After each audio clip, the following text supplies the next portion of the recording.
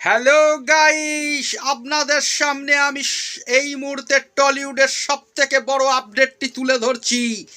অনেক ইউটিউবাররা কিন্তু আপনাদের টুপি পরিয়ে দিচ্ছে, বোকা বানিয়ে দিচ্ছে, যাকে বাংলা ভাষায় বলে।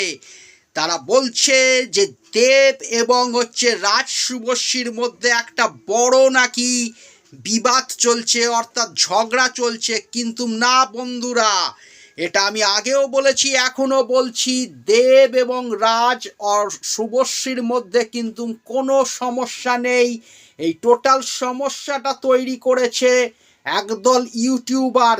সন্তান এবং খাদান যখন রিলিজ হচ্ছে সেই তখন থেকেই এই সমস্যাটা তৈরি হয়েছে।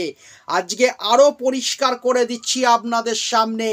রাজ চক্রবর্তী মহাশয় নিজে স্বীকার করেছেন যে নিজের ছবি সন্তানকে প্রচার করার জন্য তিনি খাদানকে ব্যবহার করেছেন, এবং তিনি এও বলেছেন দেবের সঙ্গে তার কোনো ব্যক্তিগত শত্রুতা নেই। অর্থাৎ আমাদের সুপারস্টার দেবের সঙ্গে রাজ চক্রবর্তীর যথেষ্ট বন্ধুত্ব সম্পর্কই রয়েছে, এটাই উনি বলেছেন। এবং দেবদাও স্বীকার করেছেন তিনিও কিন্তু সন্তানকে নিয়ে কখনোই কোনো খারাপ কথা বলেননি।